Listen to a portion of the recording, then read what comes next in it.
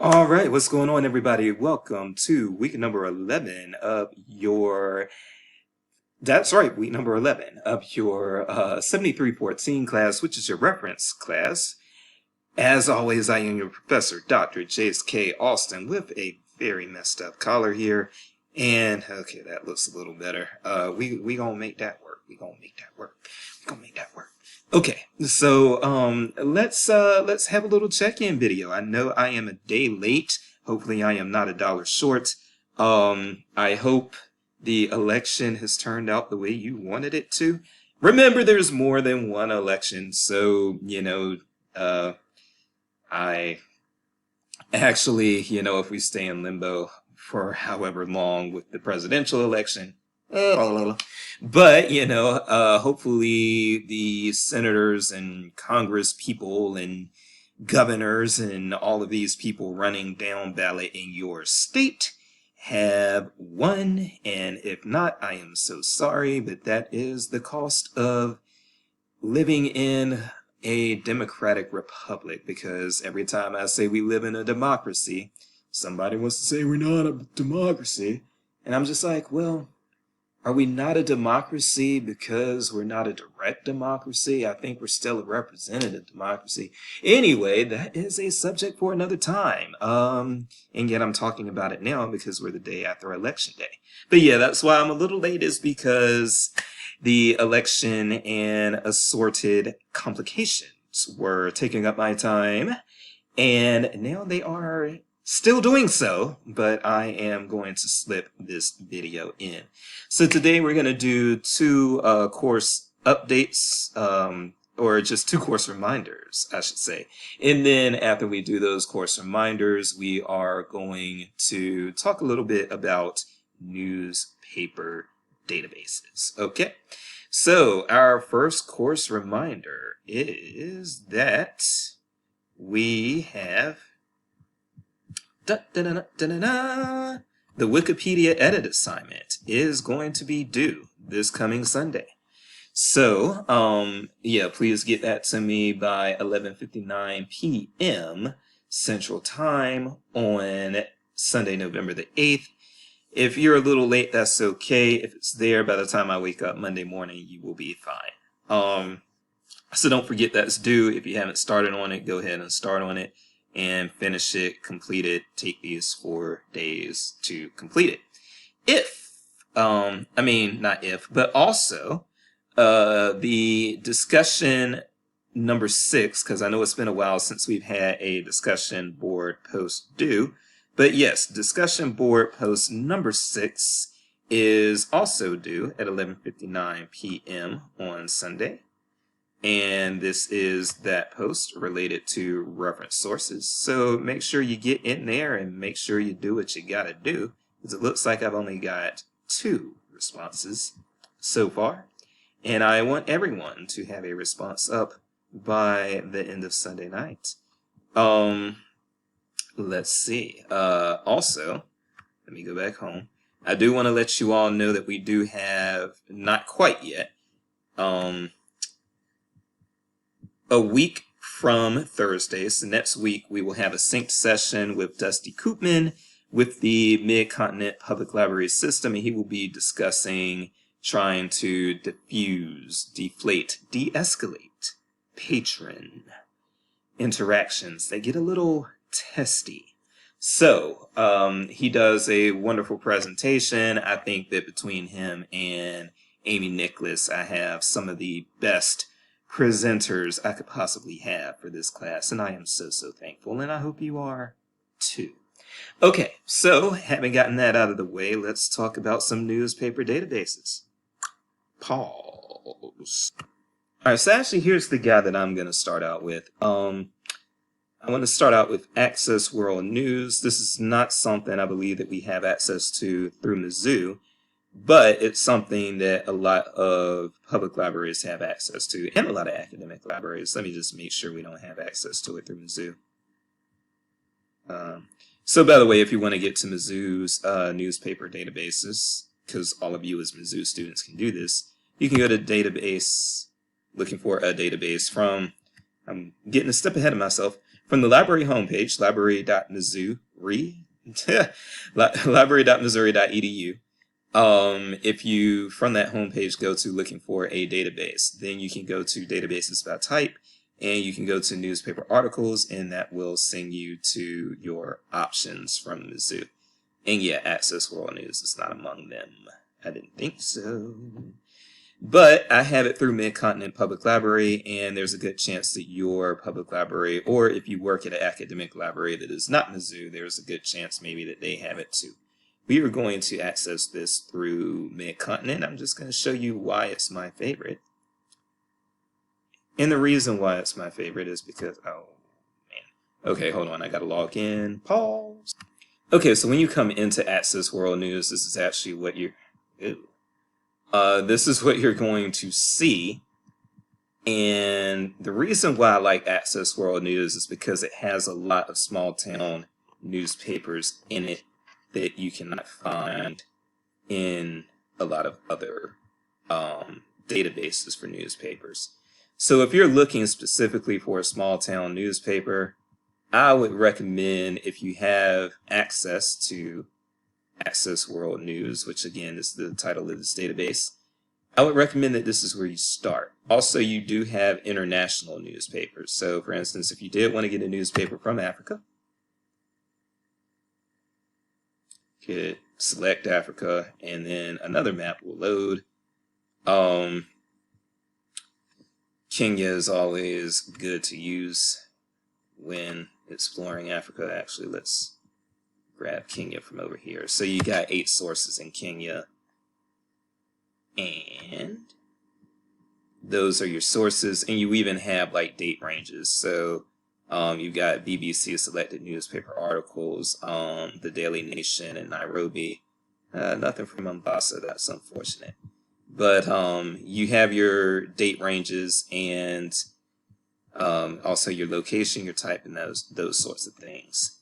Anyway, I am going to take a moment to kind of indulge myself right now and to show you what I mean by you can find even your small town newspapers, at least in the United States here. And so this might be a good place to start. If you can't, by the way, if you cannot find online newspaper articles from small towns, and that can include things like obituaries. A lot of people will contact libraries looking for those sorts of things. One thing that you probably want to do is actually suggest that they contact the local public library wherever they're searching.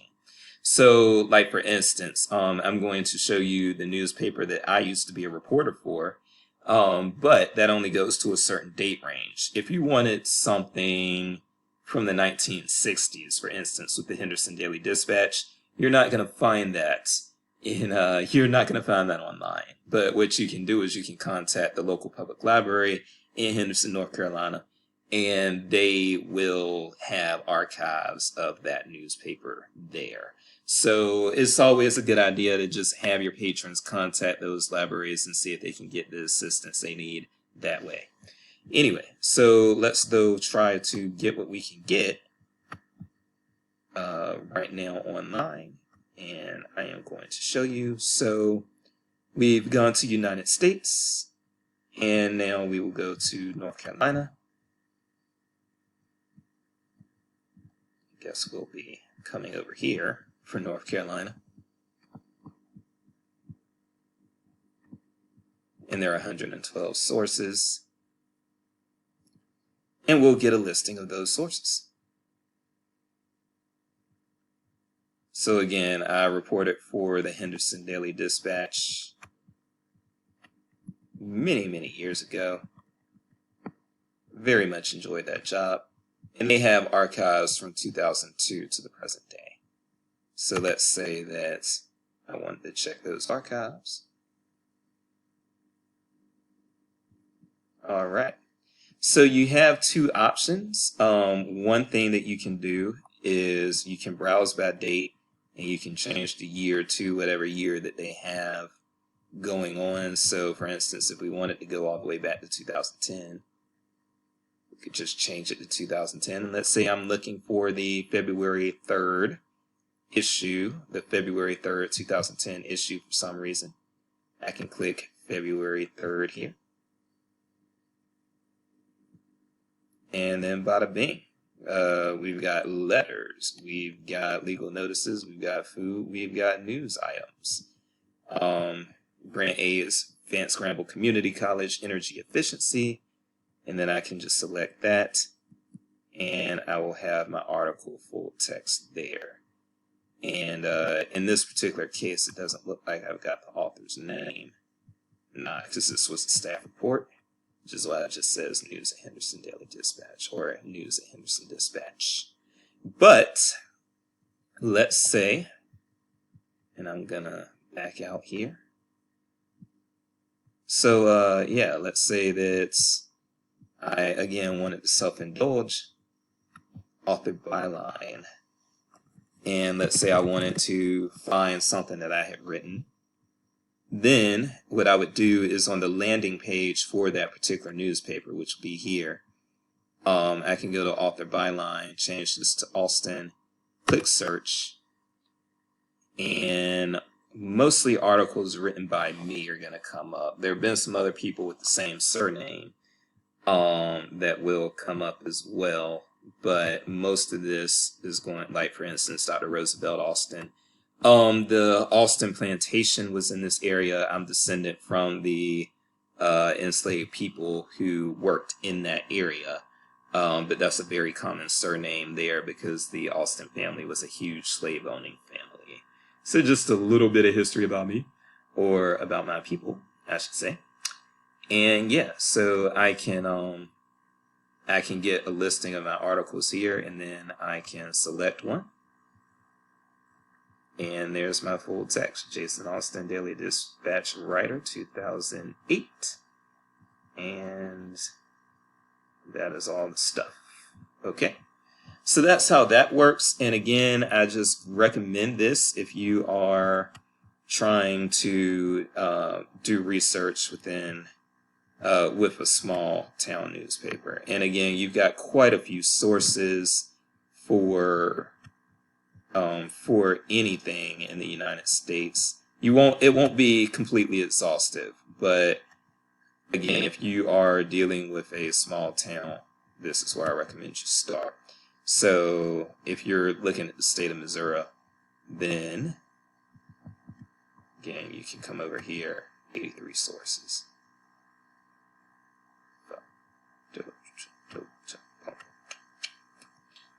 And so, as you can see, a lot of these are smaller towns in Missouri. You do have larger cities like Springfield. You've got some suburbs like Blue Springs. But you've got places that are kind of, Hannibal is more of a small town, Harrisonville, kind of more of a small town, and that sort of thing. So you can get, and they're going to be different date ranges. I don't too often find them going beyond the 1990s. But again, if you need something that is that old, beyond the 1990s, I would say make contact with the, try to reach out to the, try to reach out to the local public library in that area. And a lot of times they've been archiving those newspaper articles and can assist you. And then also, and I'm not going to spend too much time on this because we're going to look at a few other newspaper resources. But you can create alerts as well. So, if you wanted to just have things that cover different topics, just go to your inbox, your email inbox directly. You could create an alert and you get an alert when something was published. Okay. So that is Access World News. If you want to know more about it or want to learn better about it, again, that will call for some self-exploration, but go ahead and play around with it. So what do we have next?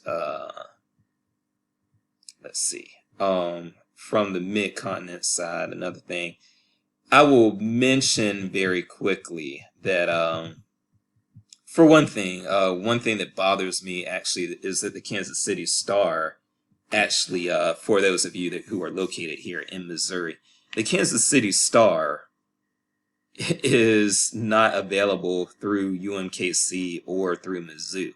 And it's very, very rare that you have a metropolitan area's premier newspaper not be carried by the flagship institution and also not be carried by the local four-year institution. But that's I know UMKC's side of the story. I'm not exactly sure what the Kansas City Star side of the story is, but suffice it to say they could not come to a working agreement. So if you need something from the Kansas City Star, you should probably reach out to Mid-Continent or to KCPL or the Johnson County Public Library over in Kansas. Okay. Now, another thing that I want to point out, though, is that there are going to be several newspaper databases like Newspaper Source and a few others. Actually, a lot of newspaper articles are in Academic Search Premier even, or Academic Search Complete, whichever one your institution has. But one thing that you will not find in a lot of these there's certain newspapers that are just so important that they exist as standalone databases, okay? And the reason they do that is because they can make more money that way. Instead of being in more of a newspaper aggregate type of database, they stand alone, and people need these newspapers so badly that they will pay for the standalone database. That's how that works.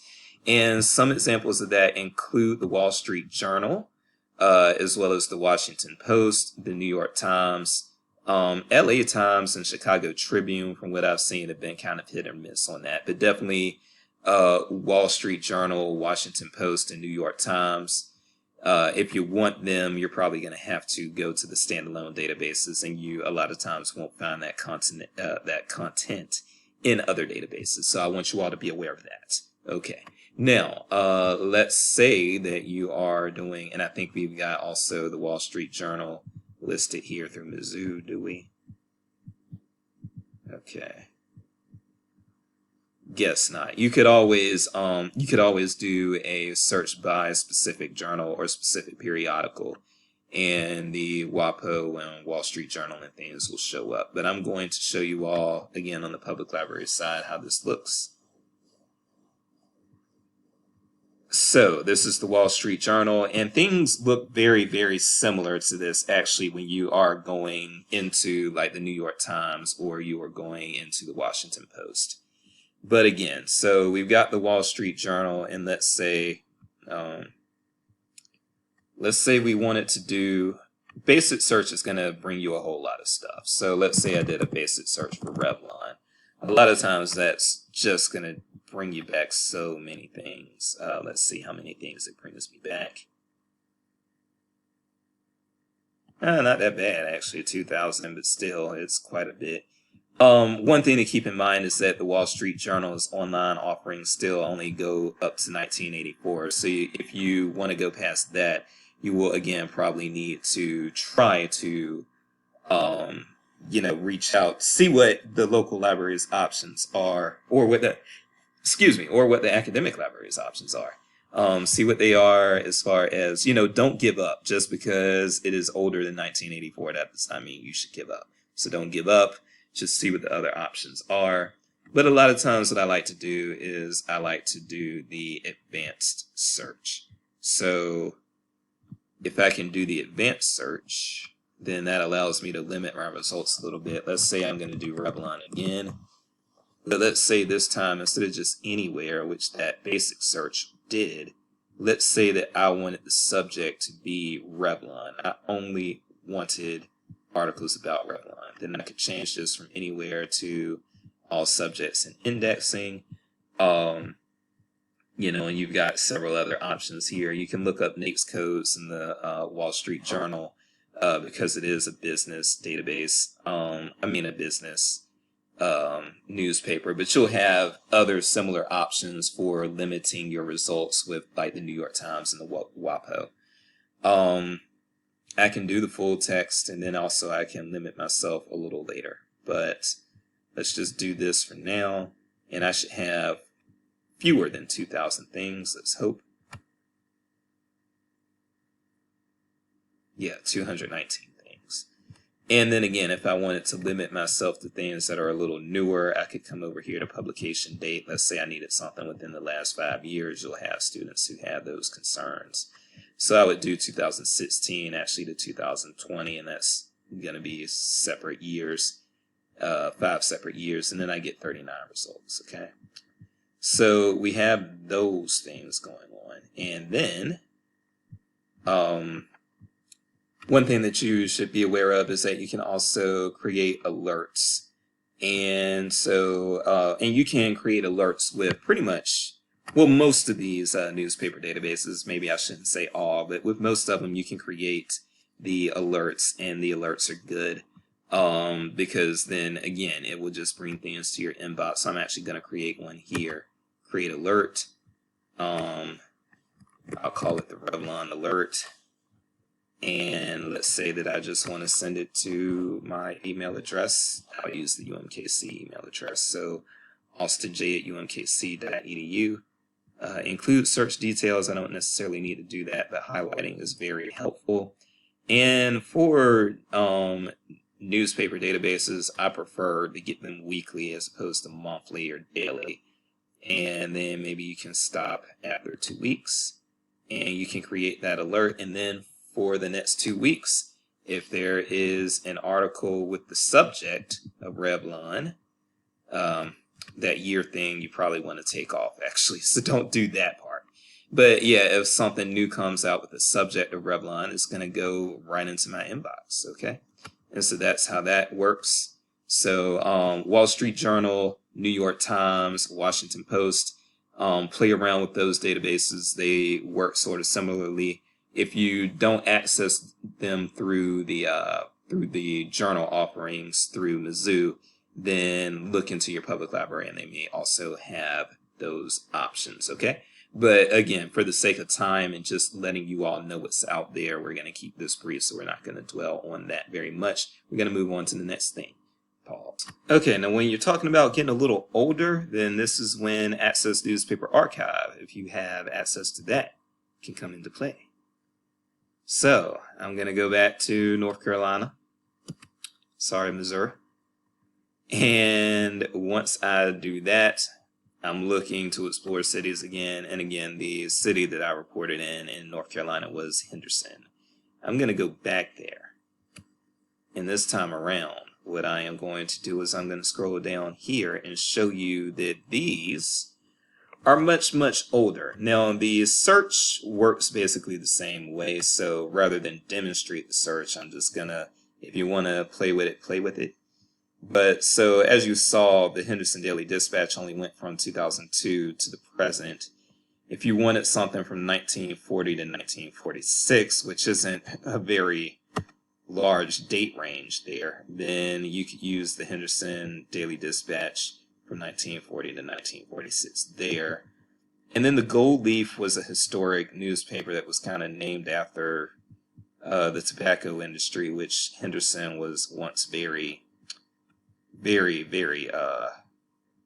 well. Henderson was at one point a major player in the tobacco industry. And what you can do is you can just find these old issues. So I selected 1902, and apparently this was a weekly paper. So I select this issue. And there you go. Now I've got the Gold Leaf for Henderson, North Carolina, and I have scanned pages here.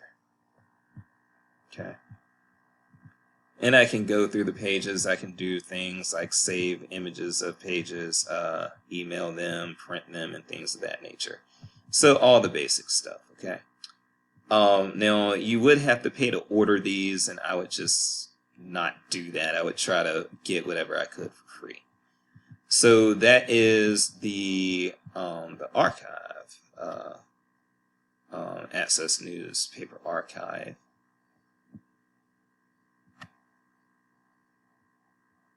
Okay, it's not letting me back, and I don't want to waste too much time there.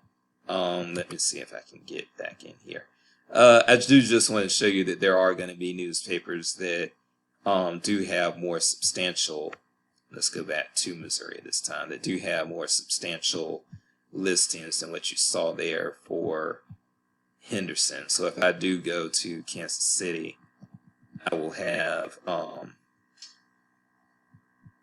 yeah, so we've got a pretty substantial listing for Kansas City here, for the Kansas City Star from 1885 to 1976. And then again, you can just click that.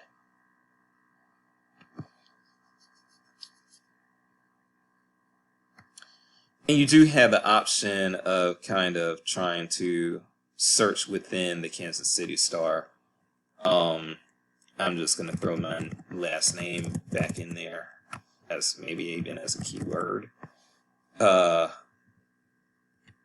just see what happens. People, though, who are doing genealogy research, they will use this. So yeah, you got something from the 1960s and 67 and all of these really old articles. So that's when you search within the Kansas City Star, you search within a publication for a keyword. And so people who are doing historical research and family research, this may be where they come. So yeah, be aware of that resource. And again, if you have access to it through your, let me again make sure that, yeah, Mizzou doesn't have this one. So yeah, those are ones to show you. And actually, historical newspapers kind of works not really the same way, but this is another ProQuest offering, and you can do some things here. And including, I believe, yeah, you can search by publication title. I don't know that the Kansas City Star will be one of those publication options, but, and I'm just going to do a basic search here. Why not just do something for wine, and it's just going to be all over the place. But let's see what happens when we do it. Ha ha ha ha ha. But I just wanted to see what would come up, in part because I couldn't remember if this database was international or not, and as you can see it is. So we've got things from, you know, the Los Angeles Times, the Chicago Tribune, New York Times. Actually, we've got major papers kind of showing up here first. But we do have something from Ireland. So you will have that option of getting things from, and as stuff isn't even that old. Let me go back to my limiters, see if I can get a custom date range. Oh Lord, no, I'm not gonna mess with that because that'll take too much time. So as you can see, as you probably noticed, I tend to, when I'm doing historical stuff, I tend to go to Access Newspaper Archive as opposed to this one. But I was expecting, okay, the Atlanta Constitution. I was expecting newspapers that weren't this major to be coming up. And even when I probably just haven't picked a very good, I mean, we've got the St. Louis Post-Dispatch there and everything, but I probably just, because wine is going to be so popular, and I'm going to have some in a few minutes myself. Because it's so popular, that's probably the reason why it's defaulting relevance-wise to major newspaper articles, because that's probably the most relevant thing. Let's see how old things actually get. So you can go to sort it by and then do oldest first. And yeah, so you're getting all the way back to 1773. No doubts about it. But yeah, as I said, you're probably, with the relevant search, it probably is going to tier the major newspapers at a higher tier than these smaller ones. Okay. All right, so we're going to close that, and then I think that there's nothing else really to get into here. Yeah, all of these other things for the interest of time, because we're going to try at least to keep this under 45 minutes. We'll, you know, do some self-exploration. And then you can do your self-exploration here too, but we are going to look at a few of these. Newspaper source is, when you're in academic library, is going to be one that's an EBSCO database that the students are going to be. The reason why newspaper source is going to be so important is because this is a very easy one to use. EBSCO databases tend to be very easy to use. And so this is going to be something that your students are going to gravitate to. Okay? So we've got newspaper source. And again, you can search by journal name or publication name or that sort of thing. But again, let's get back into, I'm going to try Revlon again and just see what happens. I have this fascination with Revlon because they're a major employer where I'm from. So I type that in and it's going to default into relevance. But first, again, let's see how old these results go back. Back to 1985, so it's not that old, honestly. But we'll go back to relevance here. And then you can do other things. For one thing, newspaper stuff should not be scholarly. So when I change this to scholarly, everything should disappear. But if it doesn't, that's a flaw in the database. You have to still keep your brain meat going, even regardless of what the database is doing. So let's see, scholarly. Okay, good. So they're all gone. So let's, can I take scholarly off? Yeah, there we go. So we're going to take scholarly back off. Do this again. And you can do things, you can limit to full text. Now you can, in addition to interlibrary loaning magazine and journal articles, you can interlibrary loan newspaper articles. So that's another thing to keep in mind. But yeah, you can come over here, hit that full text, bada bing. Now we have gone down from 1,300 things to about 900 things there. And everything here you should have immediate full text to access to within the database. If you wanted to get things within the last 5 years, again, you could come over here, slide that bad boy over to 2016, and then we have 108 full text items related to Revlon. And so there you go. And so that's what newspaper source can be useful for. And again, you can kind of limit yourself to, there are a lot of different, and these are global as well. Now it's going to prioritize things, of course, like USA Today and that sort of thing. But you'll find things from London, you'll find things from Europe. I believe you'll find things also from Asia and Australia. I don't know much about South America or Africa, and you'll find things from Canada, I believe, in here as well. So that is your newspaper source database, and that's going to be something that you are going to probably use quite a bit if you are working the reference desk and working with students who need to find newspaper clippings that are historical. So definitely have newspaper source in your mind. Familiarize yourself with that guy. Okay, we're going to go back here. We're going to go back to databases, and they say don't record things over 30 minutes anyway because you'll lose the students, but you know, this is what I do. And let's see. We already did Business Source Premier, which will be a very important one. We did that during the business database things. Oh, okay, there we go. I was telling you about, yeah, so the Chicago Defender even is there. I believe that's an African-American newspaper. You can search African-American newspapers through African-American communities, and that sort of thing. Chronicling America. Let me go into this one. Yeah, so this one is a little tricky. You would have to spend some time with this one. But I did at least want to give you the overview and also to show you, because you can get those, again, scanned pages here. So search America's historic newspaper pages from 1789 to 1963.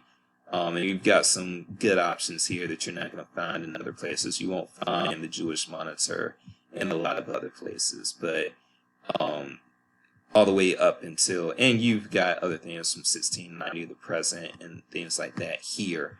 So this is one that you want to play around with, and this is operated through the Library of Congress. So the thing with the Library of Congress is that, of course, you've got a government resource there. So it's depending on how you look at it and how things fall, some people say that the government resources aren't necessarily as good as the ones that you would have that are put out by private businesses, by EBSCO, or, well, I shouldn't say private businesses because I don't know if EBSCO is publicly owned, but by businesses, for-profit businesses, that's what I mean. So your ProQuest, your EBSCOs, those Gales and those sorts of things, they are they're there in a different, they might be a little more searchable because they are trying to make a profit, whereas the Library of Congress isn't so much doing that. No, I have not gone through the Historic Missouri Newspaper Project, but that might be something that you might want to check out. I just haven't had the time to play with it.